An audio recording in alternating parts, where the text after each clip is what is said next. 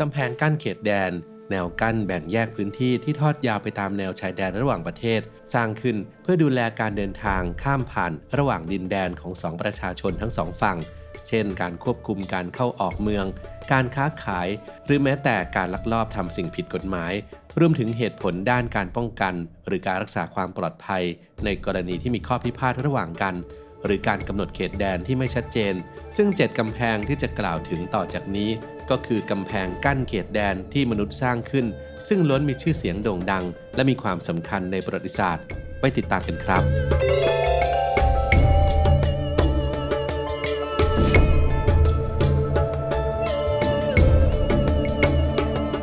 1. กำแพงแอมเมอไรต์ของชาวซูเมเรียน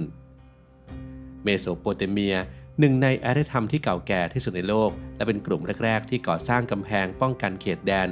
โดยในช่วงศตวรรษที่ 21 ก่อนคริสตกาลผู้ปกครองชาวซูเมเรียนโบราณในดินแดนเมโสโปเตเมียนามชุนกิกับซูซินกษัตริย์ของราชวงศ์ที่ 3 แห่งอูได้สร้างกำแพงป้องกันขนาดใหญ่ขึ้นมาเพื่อป้องกันการรุกรานจากกลุ่มชนเผ่าเร่ร่อนชาวแอมมอไรต์เชื่อกันว่ากำแพงแอมเมอไรต์ทอดยาวกว่า100 ไมล์ระหว่างแม่น้ำไทกริสและยูเฟรติสในบริเวณที่ปัจจุบันคือประเทศอิรักซึ่งน่าจะเป็นปราการอันกว้างใหญ่แห่งแรกที่ไม่ได้สร้างขึ้นล้อมรอบเมืองน่าเสียดายที่กำแพงนั้นสามารถกีดขวางศัตรูของชาวซูเมเรียนได้เพียงไม่กี่ปีเท่านั้นเนื่องจากผู้รุกรานน่าจะสามารถเจาะกำแพงหรือยกพลอ้อมกำแพงไปได้ส่งผลให้ในรัชสมัยของผู้สืบทอดของซูซินนามว่าอิบบิซินก็ถูกโจมตีจากทั้งชาวแอมโมไรต์และเอลาไมต์ที่อยู่ใกล้เคียงนำมาซึ่งการล่มสลายของเมืองอูเมื่อประมาณ 2,000 ปีก่อนคริสตกาลวัฒนธรรมของชาวซูเมเรียนจึงเริ่มสูญหายไปจากประวัติศาสตร์ 2. กำแพงยาวแห่งเอเธนส์เป็นหนึ่งในเมืองที่ทรงอิทธิพลที่สุดในสมัยกรีกโบราณแต่มักจะถูกรบกวนเพราะจุดอ่อนทางยุทธศาสตร์ที่สำคัญนั่นคืออยู่ห่างจากทะเลประมาณ 4 ไมล์ส่งผลให้เมื่อประมาณ 461 ปีก่อนคริสตกาลชาวเอเธนส์พยายามอุดช่องโหว่นั้นด้วยการสร้างแนวกั้นเพื่อเชื่อมใจกลางเมืองกับท่าเรือสำคัญของเมืองไพริอัสกับเมืองฟาเลรัมเมื่อการสร้างกำแพงยาวแล้วเสร็จได้เกิดเป็นพื้นที่สามเหลี่ยมป้องกันการปิดล้อมเมืองและทำให้กองกำลังสามารถเติมเสบียงจากทะเลได้อย่างง่ายดายโดยได้รับการคุ้มกันจากกองทัพเรือเอเธนส์อันยิ่งใหญ่อย่างไรก็ตามในช่วงสงครามเพโลพอนิเซียนป้อมปราการนี้ไม่สามารถต้านทานศัตรูอย่างชาวสปาร์ตากับเหล่าพันธมิตรได้ส่งผลให้ชาวเอเธนส์ถูกบังคับให้ยอมจำนนหลังจากกองทัพเรือพ่ายแพ้ไปกล่าวกันว่าหลังได้รับชัยชนะชาวสปาร์ตาได้ทำการรื้อถอนกำแพงยาวออกไปพร้อมเสียงเพลงเฉลิมฉลองอย่างยินดีภายหลังกำแพงยาวแห่งเอเธนส์ถูกสร้างขึ้นมาอีกครั้งและยังคงยืนหยัดอยู่จนกระทั่ง 86 ปีก่อนคริสตกาลก็ถูกทำลายโดยในพลซันลาแห่งโรมัน 3. กำแพงใหญ่แห่งกอกอนกำแพงนี้เป็นที่รู้จักกันในชื่องูแดงหรือเลสเนกเนื่องจากสร้างขึ้นมาด้วยวัสดุที่เป็นอิฐสีแดงโดดเด่นกำแพงใหญ่แห่งกอกอนเป็นกำแพงยาว121 ไมล์หรือ194 กิโลเมตรที่ทอดยาวจากชายฝั่งทางใต้ของทะเลแคสเปียนไปจนถึงเทือกเขาอันบรอสซึ่งปัจจุบันคือประเทศอิหร่านครั้งหนึ่งเคยเชื่อกันว่ากำแพงนี้เป็นผลงานของอเล็กซานเดอร์มหาราชจนเป็นที่รู้จักกันในนามกำแพงของอเล็กซานเดอร์แต่จากการศึกษาวิจัยในภายหลังบ่งชี้ว่ามันถูกสร้างขึ้นโดยชาวเปอร์เซียแห่งจักรวรรดิซาซาเนียนช่วงประมาณศตวรรษที่ 5 ก่อนคริสตกาลหลังจากสร้างเสร็จกำแพงใหญ่แห่งกอกอนถือเป็นกำแพงโบราณที่ยาวที่สุดแห่งหนึ่งมีป้อมปราการมากกว่า 30 แห่งมีกองทหารรักษาการ 30,000 นายทั้งยังมีเครือข่ายคลองที่ทำหน้าที่เป็นทั้งระบบประปาและคูน้ำป้องกันน่าเสียดายที่ไม่ค่อยมีใครรู้เรื่องราวเกี่ยวกับประวัติของกำแพงนี้แต่นักวิชาการส่วนใหญ่เชื่อว่าชาวเปอร์เซียใช้มันเพื่อป้องกันชาวเฮปทาไลต์หรือที่บางครั้งเรียกว่าชาวฮันขาวและศัตรูอื่นๆทางตอนเหนือ 4. กำแพงเฮเดรียนเมื่อประมาณคริสต์ศักราช 122 จักรพรรดิฮาดริอันุสหรือจักรพรรดิเฮเดรียนได้สั่งให้สร้างกำแพงหินขึ้นมาเพื่อปกป้องดินแดนบริเตนที่ชาวโรมันปกครองอยู่ให้รอดพ้นจากการรุกรานของชาวพิกที่เป็นชนเผ่าที่ตั้งถิ่นฐานอยู่ทางเหนือของสกอตแลนด์และบรรดาชนเผ่าอารยชนอื่นๆที่อาศัยอยู่ทางตอนเหนือของอังกฤษและสกอตแลนด์ผ ลลัพธ์จากคำสั่งนั้นก็คือกำแพงเฮดเรียนที่ทอดยาว73ไมล์หรือราว117กิโลเมตรจากโซเวลเฟิร์สซึ่งเป็นทางเข้าบนชายฝั่งตะวันตกของบริเตนใหญ่ไปจนถึงปากแม่น้ำไทยทางตะวันออกเฉียงเหนือ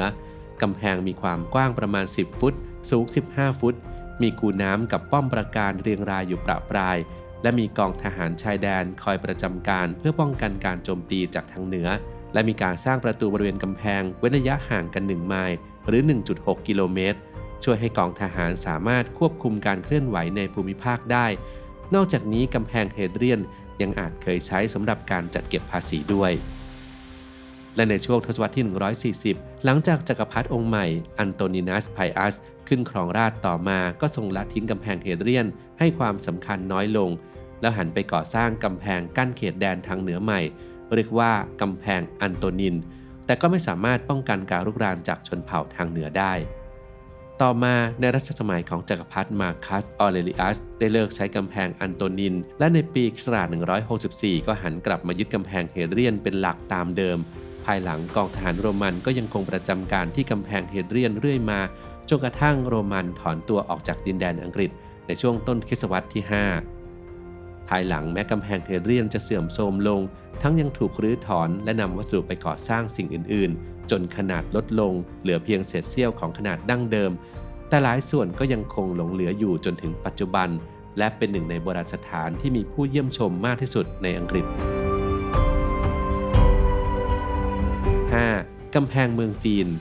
กำแพงเมืองจีนเป็นกำแพงกั้นเขตแดนที่ทอดตัวคดเคี้ยวเป็นระยะทางกว่า 20,000 กิโลเมตรจากทะเลทรายโกบีไปจนถึงชายแดนเกาหลีเหนือการก่อสร้างเริ่มขึ้นในศตวรรษที่ 3 ก่อนคริสตกาลในรัชสมัยของจินซีฮ่องเต้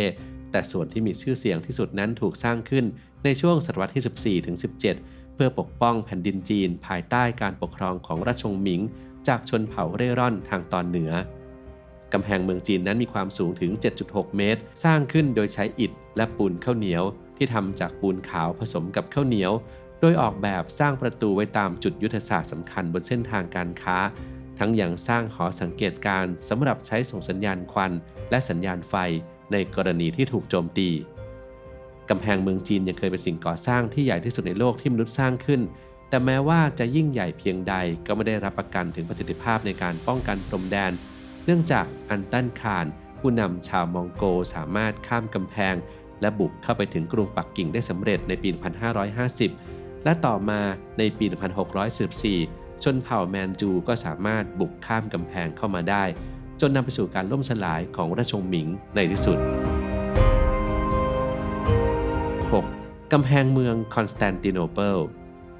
มหานครแห่งจักรวรรดิไบเซนไทน์อย่างกรุงคอนสแตนติโนเปิลหรือเมืองอิสตันบูลประเทศตุรกีในปัจจุบันเจริญรุ่งเรืองมายาวนานกว่า1,000 ปีโดยส่วนหนึ่งก็เป็นเพราะความแข็งแกร่งของกำแพงป้องกันที่ยาวกว่า14ไมล์หรือ23กิโลเมตรล้อมรอบเมืองทุกด้าน